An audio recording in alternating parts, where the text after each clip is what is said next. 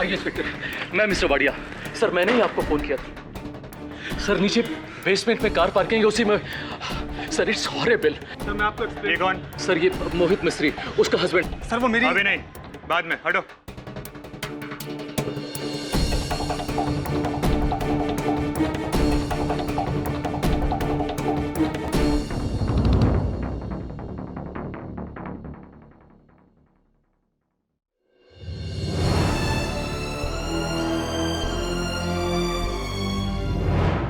Sir वो parking. चलो।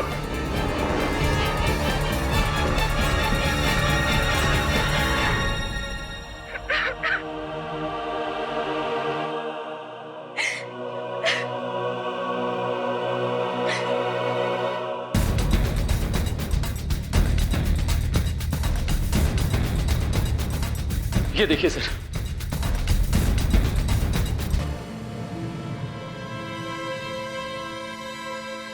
कैसे हुआ ये? सर वो मेरी वाइफ की कार एक्चुअली। तो तुम नहीं, तुम्हारे बीवी से बात करनी है। जी। स्टीयरिंग पे वही थी ना? जी सर। क्या नाम है उसका? जी कीर्ति मिस्त्री।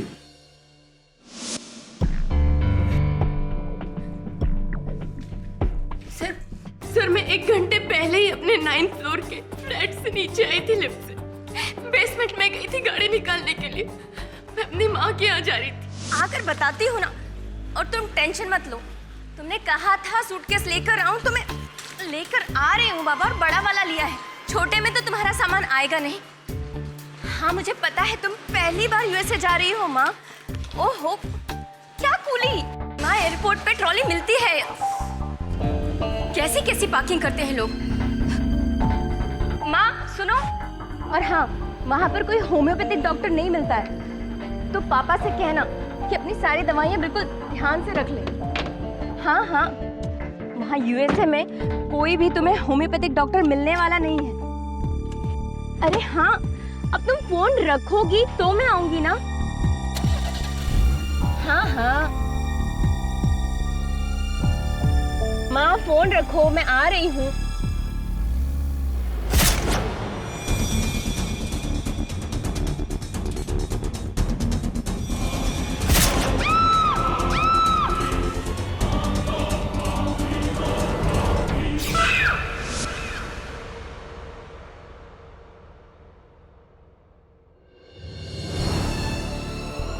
सर मैं सच में नहीं जानती कि रिंकू मेरी गाड़ी के पीछे कब कहाँ से आ गई। मैंने सच में नहीं देखा सर, मैंने सच में नहीं देखा। कैसे देखोगी आप? आपने बहुत ही गैर जिम्मेदाराना हरकत की है मिसेस मिस्त्री। देखिए सर, हम मानते हैं कि गलती हमारी है, लेकिन रिंकू क्या कर रही थी कार पार्किंग में? और वैसे भी इस वक्त तो वो हमारे बच्चों को स्कूल से लेने जाती है, और इस वक्त तो पूरा कार पार्किंग खाली रहता है। ये रिंकू क्या करती थी? सर वो हमारे घर में मेड है। वो ऐसे, जो कुछ भी हुआ है आप ही की वजह से हुआ है। तहकीकात तो होगी। आप पुलिस स्टेशन चलिए।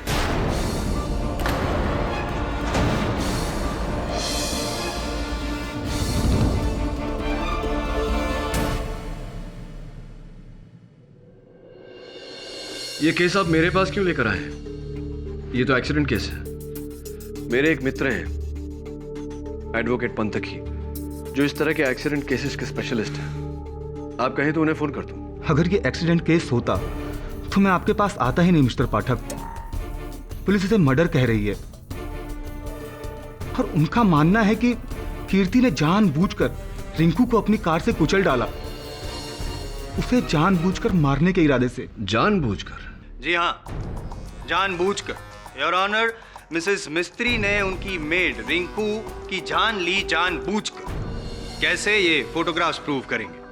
योर ऑनर, नॉर्मली जब ऐसा कोई हादसा होता है तो मरने वाले के शरीर पर से एक बार गाड़ी गुजर जाती है, लेकिन यहाँ पे रिंकू के मृत शरीर के ऊपर से एक बार नहीं, 2 बार नहीं, 3 बार मिसेस मिस्त्री के गाड़ी के टायर्स गुजरे।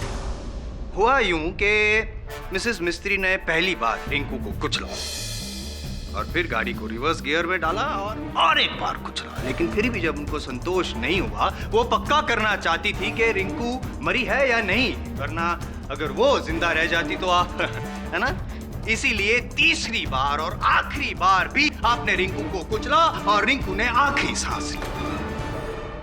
फॉरेंसिक्स रिपोर्ट का ये कहना है योर ऑनर के तीनों मर्तबा जो टायर्स के निशान पाए गए हैं वो मिसेस मिस्त्री की गाड़ी के ही हैं।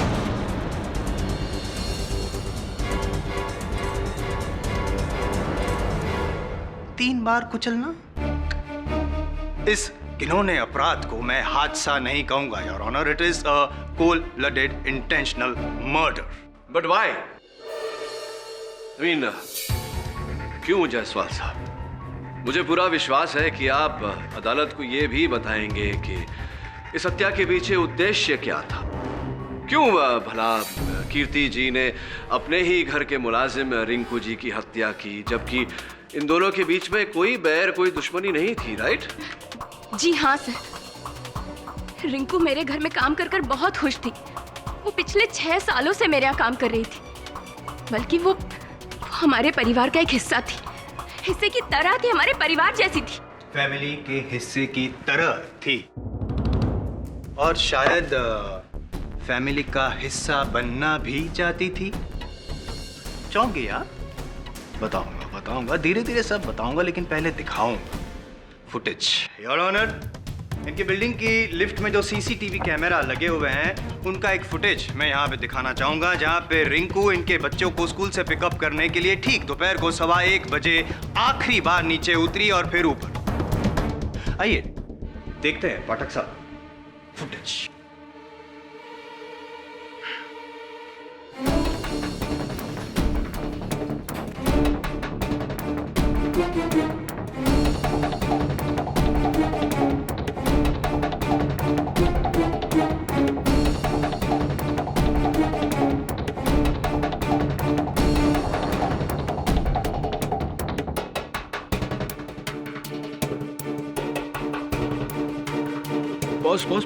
पॉज। योर ऑनर, मैं मिस्टर वाडिया को कटघरे में बुलाने की अनुमति चाहता। इजाजत है। ये वीडियो देखा आपने मिस्टर वाडिया? जी आप ही थे रिंकू के साथ लिफ्ट में? जी हाँ।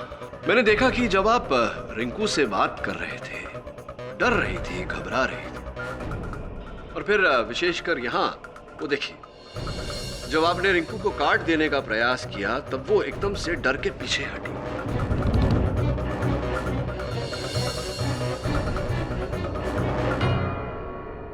क्यों?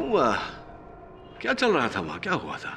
जी दरअसल वो मुझे पता लगा था कि रिंकू अंग्रेजी सीखना चाहती है, तो मेरे एक फ्रेंड का इंग्लिश कोचिंग इंस्टीट्यूट है, तो सर मैं उस गरीब लड़की को उनका विजिटिंग कार्ड देकर उसकी मदद कर रहा था सर। So sweet. उपकार कर रहे थे एक गरीब पर आप? श्योर? कुछ और नहीं था? Of course. और सर और क्या बात हो सकती है? वैसे भी गाड़ी मेरी नहीं थी सर, गाड़ी इनकी थी। Correct mister Wadia, correct. और वैसे भी केस आपके खिलाफ नहीं है, क्यों मिस्टर पाठक? इनके खिलाफ है, और इनके खिलाफ मेरे पास और भी कई सबूत हैं। जैसे कि इन दोनों के लिफ्ट में से बाहर निकलने के बाद ठीक 20 मिनट बाद आप 20 मिनट बाद आप भी लिफ्ट से नीचे उतरती हैं, बेसमेंट में जाती हैं अपनी कार की, और फुटेज देखना चाहेंगे? पाठक साहब, control before it gets out of control.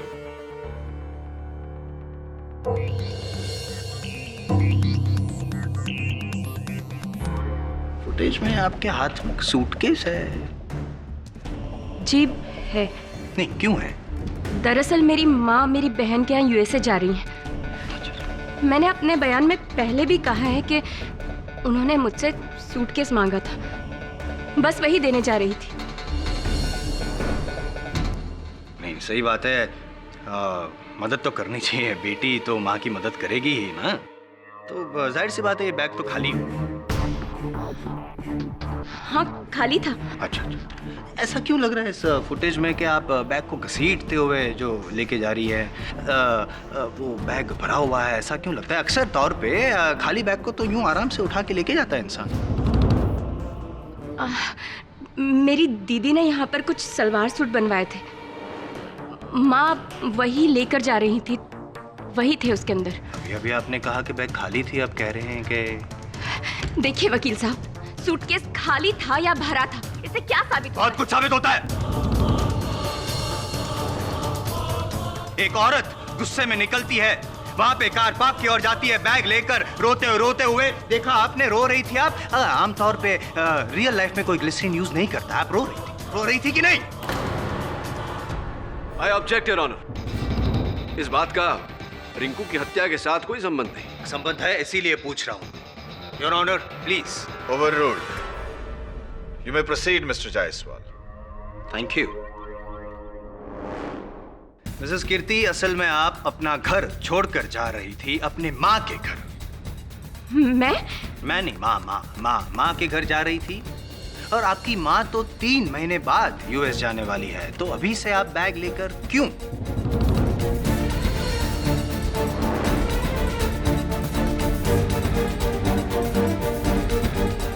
Sorry, don't mind, but I am getting a bit personal. बताइए ना क्या हुआ था कीर्ति जी?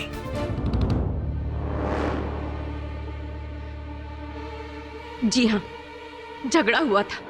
You are. मिस्टर जायसवाल, झगड़े तो हर घर में होते हैं, आपके घर में भी होते होंगे। अब पत्नी का रूठ कर मायके जाना और रिंकू की हत्या होना, ये दोनों अलग अलग बातें हैं, नहीं लगता आपको ऐसा? Please don't doubt my intentions mister Pathak. आप कहना क्या चाहते हैं मिस्टर जायसवाल? आपका इशारा किस ओर है? योर ऑनर, मेरा इशारा किस ओर है और मेरा इरादा क्या है अभी साफ हो जाएगा मेरी अगली गवाह के साथ, मिस एलिस। साहब, मेरा नाम एलिस है। मैं उसी बिल्डिंग में मिस्टर और मिसेस जागीरदार के घर पर काम करती हूँ। रिंकू मेरी बहुत अच्छी दोस्त थी। रोज शाम को बच्चों को लेके हम गार्डन में मिला करते थे, काफ़ी गपशप किया करते थे। लेकिन उसकी मौत के 2 दिन पहले रिंकू ने मुझसे बहुत अजीब बात की थी।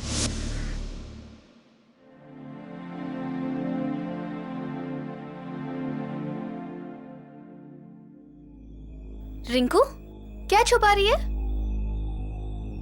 दिखा ना। हाय ला, ये तो सोने का है ना? हाँ। किसने दिया? तेरे बॉयफ्रेंड ने? नहीं रे। बोल ना, वो मलाडोला सुरेश ही है ना? नहीं बाबा। तो फिर? ये मुझे मेरे साहब ने दिया। इतना महंगा गिफ्ट देता है तेरा साहब? देख, मेरी मालकिन को नहीं पता है। अगर उनको पता लग जाएगा ना तो मेरे को और मेरे साहब को बहुत प्रॉब्लम हो जाएगा। तू मेरी दोस्त है इसलिए मैं तुझे बोल रही हूँ, तू बताना मत किसी को। हाँ? और वो बात मैंने कभी किसी को नहीं बोली, लेकिन अब रिंकू के मरने के बाद मैं बोल रही हूँ। बहुत सही जगह पे बोल रही हैं आप एलिस। क्या ये वही चेन है? सही। योर ऑनर, मार्केट में इसका वैल्यूएशन करवाया हमने, करीबन 12,000 की ये चेन है। अब मिसेस मिस्त्री अगर रिंकू को ये चेन देती 12,000 वाली तो अब भी समझ में आता, लेकिन आपने इतना महंगा चेन रिंकू को तोहफे में दिया, बात कुछ हजम नहीं हुई।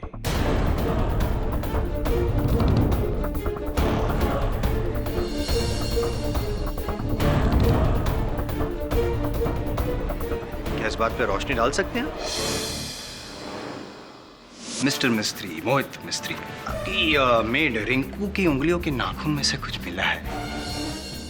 फॉरेंसिक का ये कहना है कि उनकी उंगलियों के नाखून में से किसी मर्द की चमड़ी के अंश मिले हैं। जाहिर सी बात है कि मरने से पहले किसी मर्द के साथ उनका जिस्मानी संबंध हुआ होगा।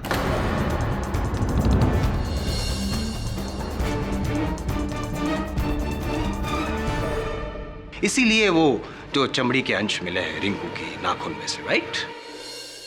क्या पता चला कि वो डीएनए किसका है? नहीं और ऑनर, इसकी जांच हो रही है, लेकिन मुझे यकीन है कि वो जो सैंपल्स है मिस्टर मिस्त्री के साथ जरूर मैच होंगे। देखिए, मैं मानता हूँ कि वो चैन मैंने रिंकू को दी थी, लेकिन इसके पीछे मेरा कोई गलत इरादा नहीं था। और प्लीज आप लोग इस बात को किसी गलत तरीके से ना लें। और वैसे भी किसी को तोहफा देना कोई कानूनी जुर्म तो है नहीं। क्रिमिनल ऑफेंस नहीं है लेकिन मॉरल ऑफेंस तो है। अगर आपने आपकी पत्नी को ना बताया हो तो बताया था आपने कि ये चेन दिया है? जी हाँ, बताई थी। कीर्ति से पूछ लीजिए।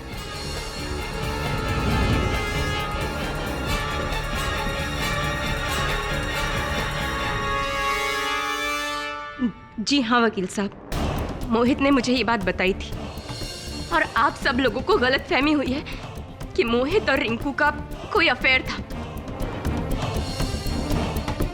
इनफैक्ट ये चेन तो मैंने ही रिंकू के लिए सिलेक्ट की थी। हाँ।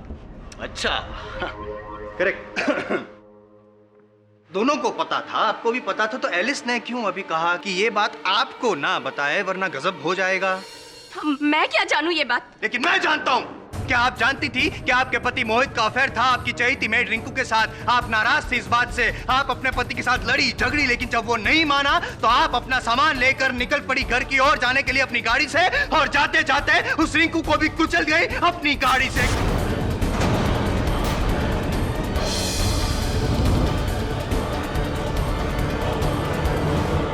मिसेस कीर्ति, दुनिया में किसी भी औरत को यह बर्दाश्त नहीं हो सकता कि उसका घर, उसका पति, उसका परिवार उसके लिए सबसे महत्वपूर्ण होता है और कोई भी उसे ठेस पहुंचाए। यह बात सही है कि आपने भी बर्दाश्त नहीं किया, लेकिन आपने रिंकू को मार डाला।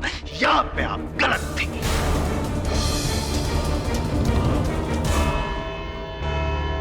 यह अदालत अगली सुनवाई तक के लिए मुलतवी की जाती है। क्या लगता है सर, मोहित का अफेयर उसकी मेड रिंकू के साथ था? पता नहीं वरुण, लेकिन रिंकू को लेकर कोई तो बात है जो मिस्टर और मिसेस मिस्त्री हमसे छिपा रहे। पुलिस और प्रोसिक्यूशन को पता चले उससे पहले हमें पता लगाना होगा। पर कैसे सर?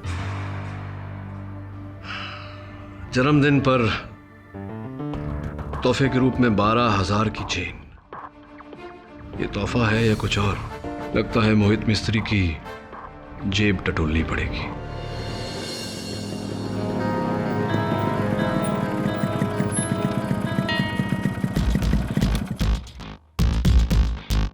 शिफाली, मैं तुम्हें बाद में कॉल करता हूँ। अरे कॉल कर रहा हूँ बाबा। शिफाली, मैं लिफ्ट में दाखिल होने वाला हूँ, सिग्नल वैसे ही कट जाएगा। ट्राई एंड अंडरस्टैंड बाबा। हाँ, मैं कर रहा हूँ। आप तो मिस्टर केडी पाठक के साथ काम करते हैं ना? जी हाँ, मेरा नाम वरुण है। अच्छी। मिस्टर मिस्त्री से मिलने आया रिंकू की डेथ के सिलसिले में।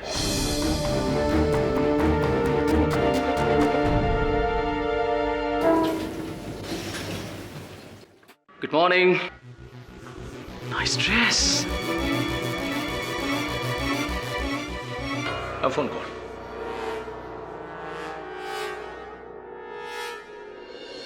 कमाल करते हैं आप।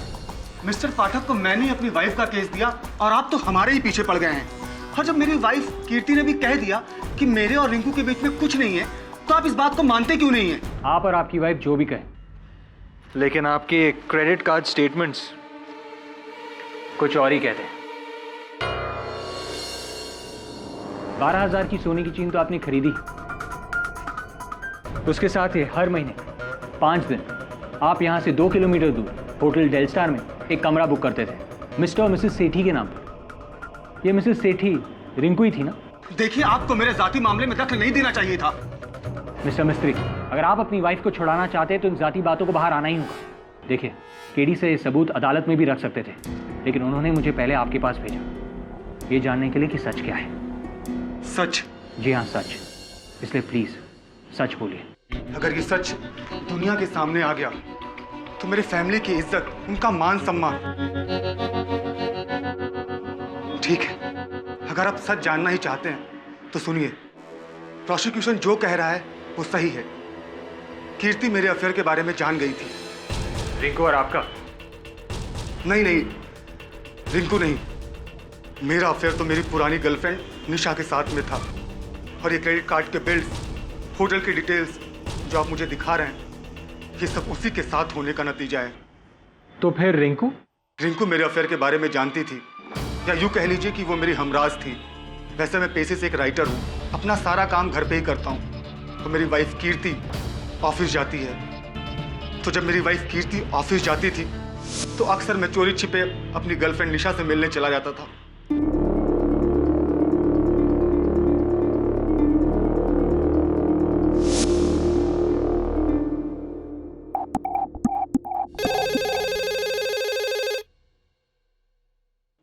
जी दीदी, साहब तो घर पे ही है, कुछ काम कर रहे हैं, बोला है डिस्टर्ब नहीं करने को। बच्चे होमवर्क कर रहे हैं। ओके। तो वो सोने की चेन उसके हमराज होने की कीमत थी। एग्जैक्टली। रिंकू मेरे अफेयर के बारे में जानती थी और वो कीर्ति को कभी कुछ ना बताए, इसलिए मैंने उसको वो दी थी। लेकिन एक दिन कीर्ति ऑफिस से जल्दी आ गई और उससे हकीकत का पता चल गया।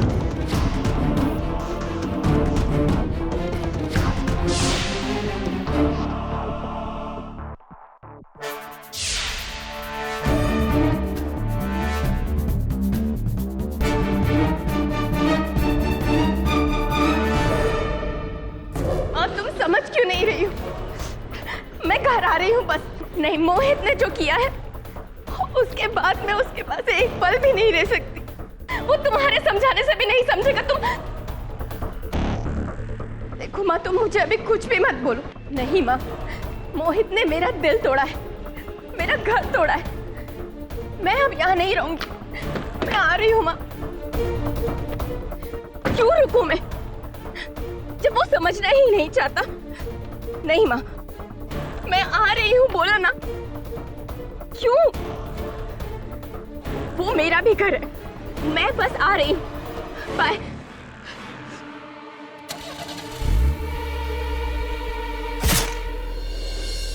मिस्टर मिस्त्री, आप 100% श्योर हैं आपकी पत्नी ने रिंकू को नहीं मारा? 100%। मैं जानता हूँ कि कीर्ति रिंकू से खफा थी क्योंकि उसने मेरे झूठ में साथ दिया था। लेकिन कीर्ति जानती थी कि हमारा घर रिंकू की वजह से नहीं बल्कि मेरी गलती से टूटा है, इसलिए उसके पास उसको मारने की कोई वजह ही नहीं थी। पर मिस्टर मिस्त्री, जब आपकी वाइफ ने गाड़ी रिवर्स की तब उन्होंने रिंकू के चीखने की आवाज सुनी। इसका मतलब यह है कि रिंकू उस वक्त जिंदा थी और फिर रिंकू के शरीर पर एक नहीं 3 बार वही गाड़ी का चढ़ना, जबकि पार्किंग लॉट में और कोई नहीं सिवाय आपकी पत्नी के और रिंकू के। इसीलिए मिस्टर मिस्त्री, मैं आपसे दोबारा पूछता हूं, क्या आप 100% श्योर हैं कि आपकी पत्नी बेकसूर है? अगर कहीं ऐसा कुछ हुआ तो मैं क्या करूंगा? ओह माय गॉड, ये क्या हो गया? मेरे किए की सजा मेरी कीर्ति को मिल रही है।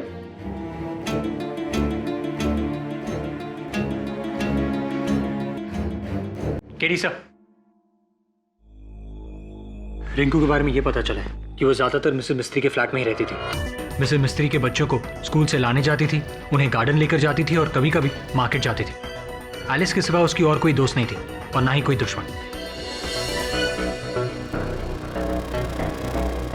अगर ऐसा है वरुण, फिर उसे कोई क्यों मारना चाहेगा?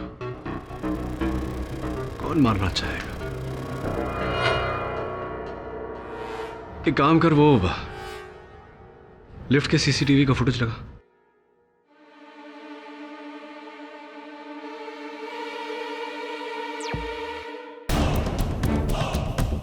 सर, मुझे इस वाडिया पर शक है। सुना है ठरकी टाइप का है। वाडिया अपनी निजी जिंदगी में जो भी हो, सच तो ये है कि मैं गाड़ी इसकी थी ना, ये उस गाड़ी में था। पॉज कर एक मिनट। पहले वो क्लिप चला जहां मिसेस मिस्त्री नीचे आती है। रेडी? प्ले।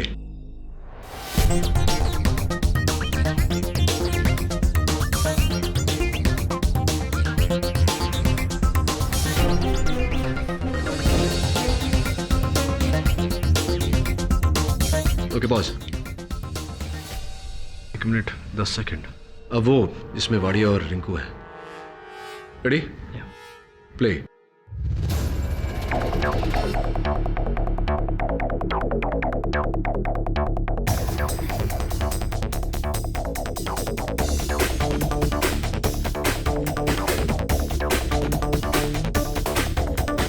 पॉज।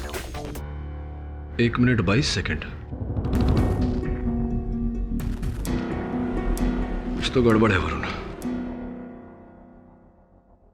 जब मिसेस मिस्त्री 9 माले से नीचे आई बेसमेंट तक, यानी कि 9 माला और 1 माला बेसमेंट का 10 माले, यानी कि 10 माले का सफर तय करने में उन्हें पूरा 1 मिनट लगा। पर माला 6 सेकंड, 6 सेकंड्स पर फ्लोर। लेकिन जब रिंकू नीचे उतरी उस समय भी लिफ्ट 10 सेकंड के लिए ही रुका था। तो फिर रिंकू को यह सफर तय करने में 1 मिनट 22 सेकंड क्यों लगे? सर ये कैसे मुमकिन है? लिफ्ट्स की तो एक ही स्पीड होती है। लिफ्ट की तो एक ही स्पीड है, 6 सेकंड्स पर floor, 12 minute, 2 extra floors, 9 + 2 11th floor. 11th floor. पर रिंकू 11th फ्लोर पे क्या कर रही थी? तूने कहा था ना बिल्डिंग में उसकी इकलौती दोस्त एलिस है। पता लगा एलिस तुझे 11वें माले पर ही मिलेगी। सर ये ओके बोर्ड है। गाड़ी धोने के बाद सारी चाबियां लाके हम यहाँ पे जमा करते हैं। उस दिन मिसेस मिस्त्री को मैं यहाँ से निकल के चाबी दिया था। उससे पहले चाबी किसी और के हाथ तो नहीं लगी थी ना? नहीं साहब, सिवाय तुम्हारे। मुझे मिस्टर मिस्त्री की गाड़ी देखनी है जो बेसमेंट पार्किंग में है। चलो।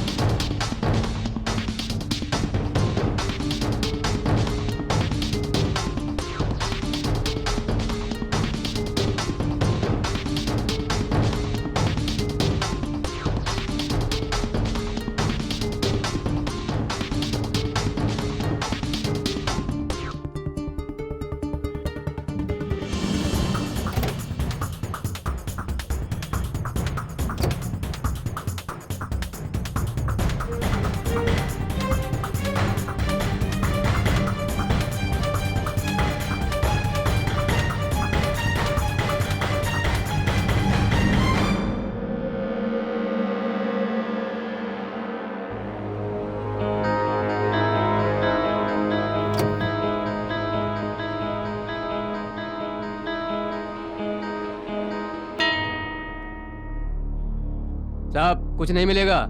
पुलिस 2 बार चेक करके जा चुकी है। मिसेज मिस्त्री के निशान के सिवाय कुछ नहीं मिलेगा। हाँ फिर तो तुम्हारा निशान भी नहीं मिलेगा। अरे मैं बहाना नहीं बना रहा, मैं सच में कह रहा हूँ लिफ्ट। अरे शिफाली मैं क्यों नहीं तुमसे बात करना चाहूंगा। शिफाली मैं तुमसे बाद में बात करता हूँ। Bye bye bye bye bye.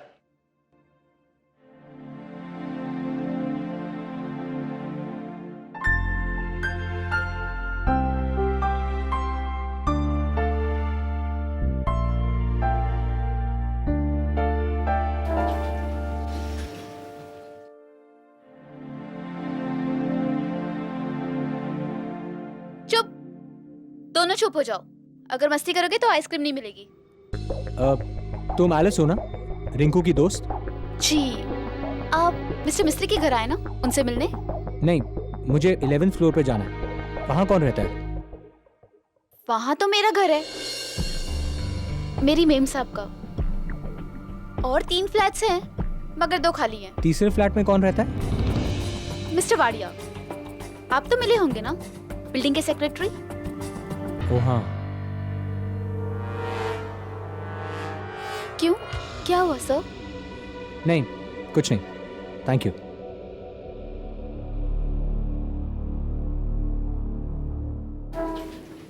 चलो बाय बाय।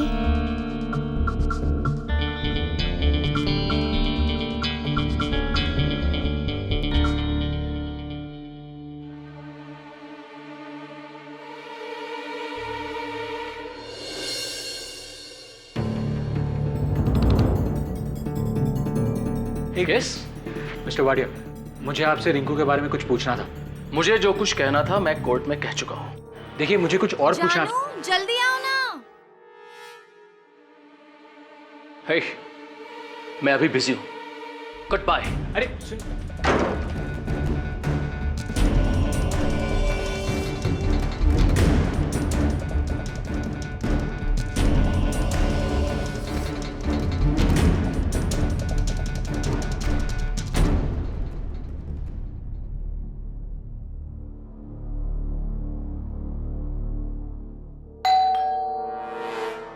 जी हाय।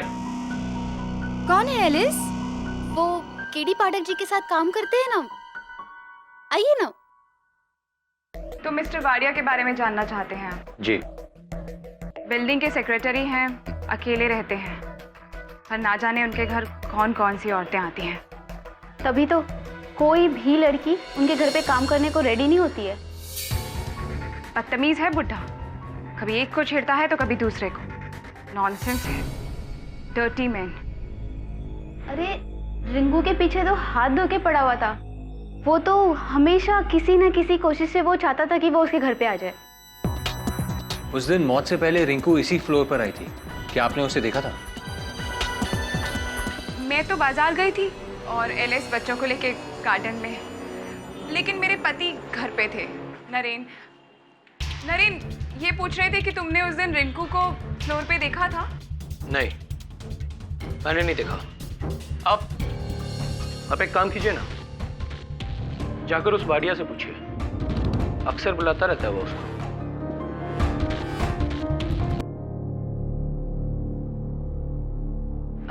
एलिस तुम जाके प्याज काट दो और सब्जी भी बना देना। आप चाय पियेंगे? हाँ। चाय पियेंगे आप? नहीं थैंक यू। मैं खाना बनाने के अलावा सब कुछ कर लेती हूँ। अब प्लीज मुझे बताएंगे कि इस केस के सिलसिले में आपने मुझे यहाँ क्यों बुलाया और मैंने किया क्या है? ऑफ कोर्स बताएंगे ना आपको मिस्टर नरेन जागीरदार। क्योंकि उससे पहले ये बताइए कि अपने कथन में आपने कहा था कि आपने उस दिन रिंकू को अपनी बिल्डिंग के 11वें माले पर नहीं देखा। जी नहीं देखा। और रिंकू के साथ आपका कोई लेना देना नहीं था। What nonsense! Of course not! भड़किए मत। चलिए ये सब टची टॉपिक्स छोड़कर कुछ और बात करते हैं। अरे क्या जिस दिन रिंकू की हत्या हुई क्या पक रहा था लंच में आपके घर में? क्या बकवास सवाल पूछ रहे हैं आप मुझसे? बेतुका लगता है पाठक साहब, भूख लगे आपको हैं? वरना ऐसे सवाल ना करते आप। लंच का मेन्यू और मर्डर का क्या लेना देना? योर ऑनर, अगर प्रोसिक्यूटर साहब थोड़ा सा धीरज धरे तो अर्थ सामने आ जाएगा। Over ruled. क्या कह रहा? हाँ, क्या क्या पक रहा था लंच में आपके घर में? मुझे नहीं याद है।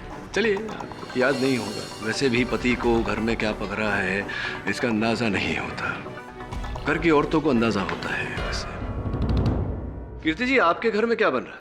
जी बैगन का भरता, राजमा और चपाती। वेजिटेरियन?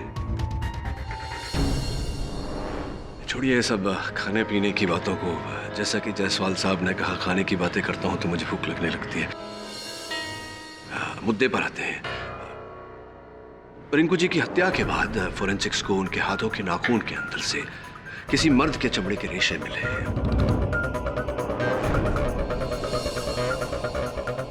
स्पष्ट है कि हमने उन रेशों का डीएनए टेस्ट करवाया तो पता चला कि वो रेशे ना तो मिस्टर वाडिया से मैच हो पाए, ना ही मिस्टर मिस्त्री से। मैं आपसे पूछना चाहूंगा मिस्टर जागीरदार, क्या लगता है आपके अनुमान से किसके साथ मैच हुए होंगे वो रेशे?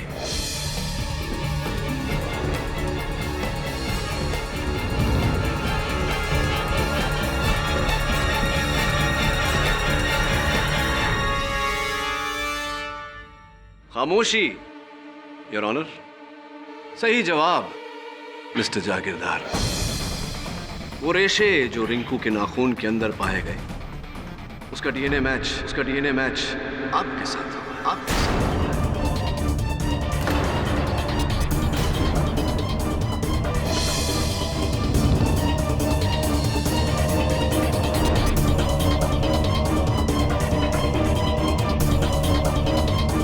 बोलिए, कुछ कहना चाहते हैं इस बारे में आप?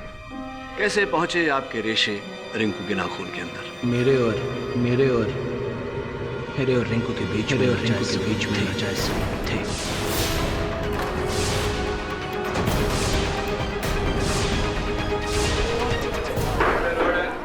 Silence in the court please. और फिर जब रिंकू जी आपसे मिलकर नीचे गई, आप उसके पीछे पीछे सीढ़ियों से बेसमेंट में गए।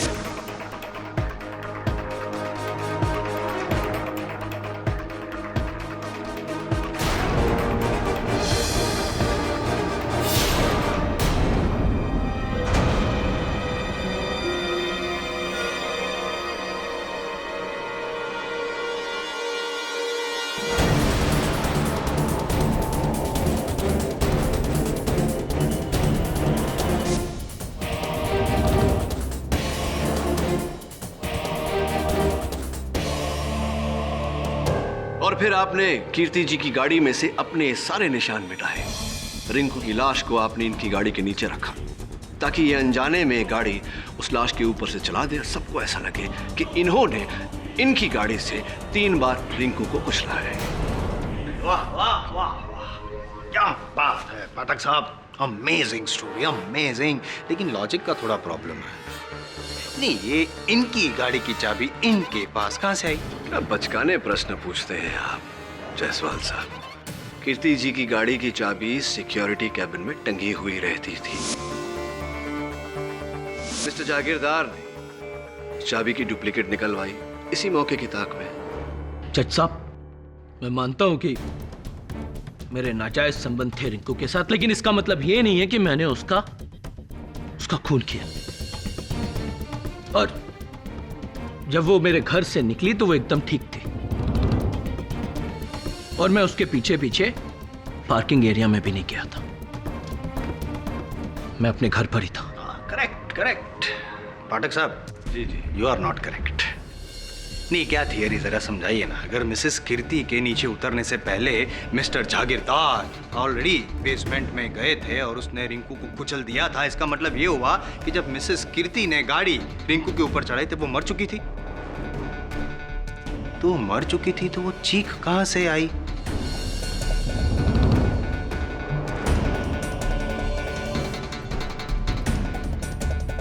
मुर्दे बोला करते हैं, that is an old saying. Now let's come back into reality.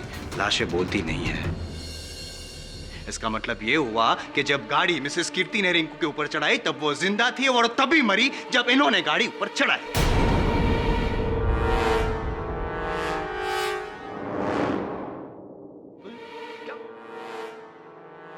Actually simple.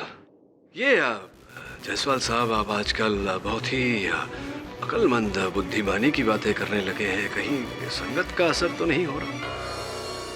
वो जो चीख कीर्ति जी ने सुनी थी वो रिंकू की नहीं थी, क्योंकि रिंकू मर चुकी थी। वो चीख उसकी थी, उस महिला की थी जो वहां पार्किंग में उपस्थित थी उस समय, जो चीखी ताकि कीर्ति जी को यह आभास हो कि इन्होंने किसी को कुचला। और चूंकि आप तो मर्द हैं, महिला तो है नहीं, आप विराजिए अपनी पत्नी मिसेस नीता जागीरदार को भेजिए यहाँ कटघरे में।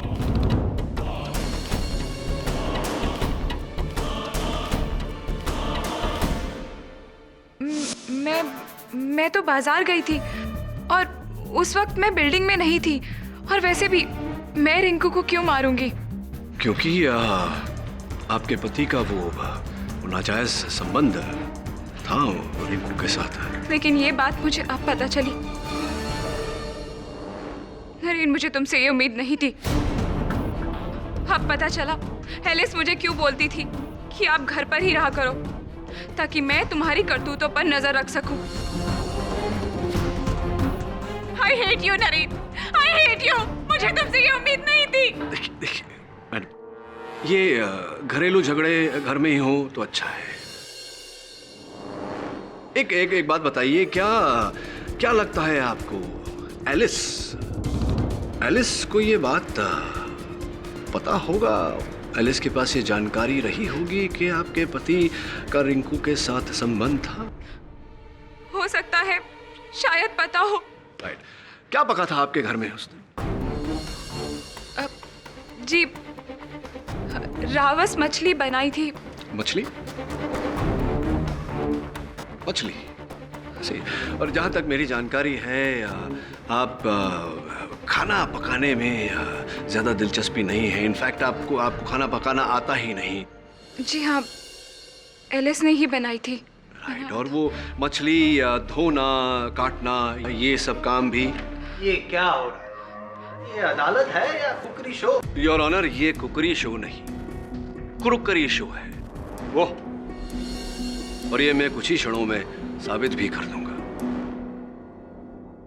मैं एलिस जी को कटघरे में बुलाने की अनुमति चाहता हूँ योर ऑनर। इजाजत है। एलिस जी, क्या आप मिस्टर जागीरदार और नहीं, मुझे पता नहीं था, पर हाँ शक जरूर था कि मेरे साहब का किसी के साथ चक्कर है। पर रिंकू, ये मैंने एक सपने में भी नहीं सोचा था। मैंने भी सपने में नहीं सोचा था एलिस जी कि आप इतनी हाजिर जवाब होंगी कि मेरे प्रश्न पूछने से पहले ही उत्तर दे देंगे। चलिए, आपकी बात मान लेते हैं।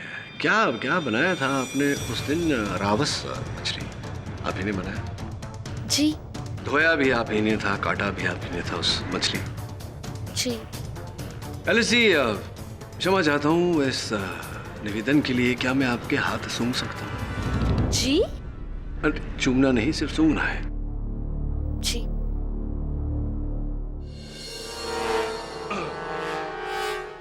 एलिस जी, आप यहाँ अदालत में आने से पहले प्याज, अनियंस काट के आई हैं। जी। यही प्रॉब्लम हो गई आपको। आप खाना बनाने के बाद अपने हाथ ठीक से धोती नहीं है। जो आपने पकाया है उसकी बू आपके हाथों में रह जाती है। ऐसा ही हुआ उस दिन भी। रिंकू को मारने के बाद आपने कीर्ति जी की गाड़ी में से हर निशान मिटा दिया, किंतु आपके हाथों में जो रावस मछली की बू थी वो इनके स्टीयरिंग पे रह गई, और अब भी इनके स्टीयरिंग पे रावस मछली की बू आ रही है।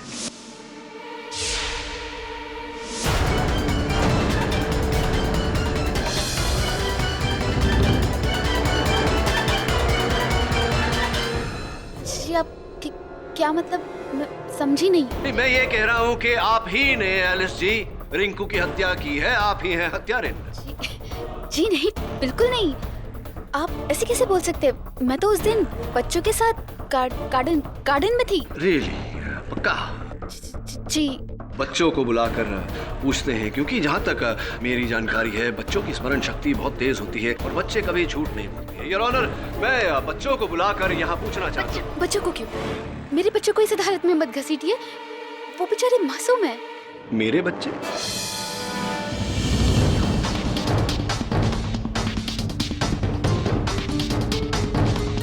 मेरा घर, अपना घर, अपना परिवार। पहले से ही आप अपने आप को जागीरदार परिवार का हिस्सा मानती आई है, और अपने इस परिवार की प्रतिष्ठा बनाए रखने के लिए जिसे रिंकू के कारण ठेस पहुंची थी, आपने पहले रिंकू को समझाने की कोशिश की, लेकिन वो नहीं मानी। तब आपने ये प्लान बनाया। आप बच्चों को लेकर गई गार्डन में, किसी के सहारे छोड़ा। जो डुप्लीकेट चाबी आपने कीर्ति जी की गाड़ी की बनवाई थी उसे लेकर गई। आप पार्किंग में रिंकू के आने का इंतजार किया, और रिंकू के नीचे आते ही आपने उसे गाड़ी के नीचे कुचल दिया। आप मना कर सकती हैं मेरी बात को, लेकिन इसका अर्थ ये होगा कि अगर ये कांड आपने नहीं किया तो ये कांड आपकी मेम साहब नीता जाए। नहीं, नीता मैडम बेकसूर है। मैं नहीं मारा रिंकू, नहीं मारा।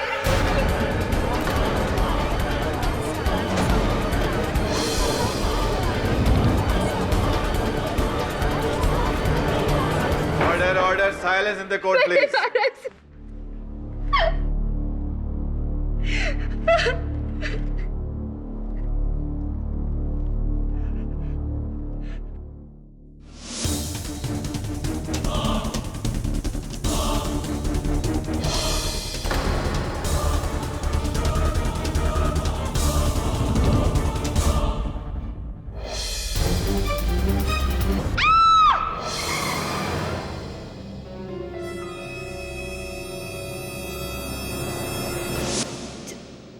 जसवाल साहब ने कहा था कि औरत के लिए सब कुछ उसका घर परिवार होता है, और नीता मैडम मेरा घर है, मेरा परिवार है। जो उन्हें तोड़ने की कोशिश करेगा मैं उन्हें नहीं छोड़ूंगी। ये बात मैंने रिंकू को समझाया था, लेकिन वो ये चीज समझने को राजी ही नहीं थी। उसको सबक सिखाने के लिए कि जब उसका घर टूटेगा तो उसे कैसा लगेगा, इसलिए मैंने ये सारा चीज किया। और इसीलिए आपने मिस्टर और मिसेस मिस्त्री को शिकार बनाया। कसूर मेरा नहीं था, कसूर रिंकू का था। अगर वो मेरे परिवार को नुकसान नहीं पहुंचाती तो मैं ये शायद कभी नहीं करती।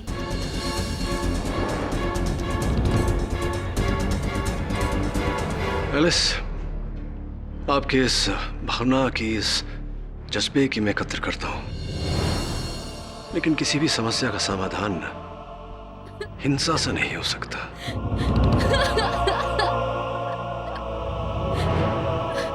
एलिस, मैं केस योर ऑनर। यह अदालत एलिस डिसिल्वा को रिंकू सन्याल के कत्ल में दोषी पाते हुए हिरासत में लेने का हुक्म देती है और कीर्ति मिस्त्री को इस मुकदमे से बाइज्जत बरी करती है। The case is closed. Pathak साहब, अब क्या है यार? क्या पकाया है आपने यार?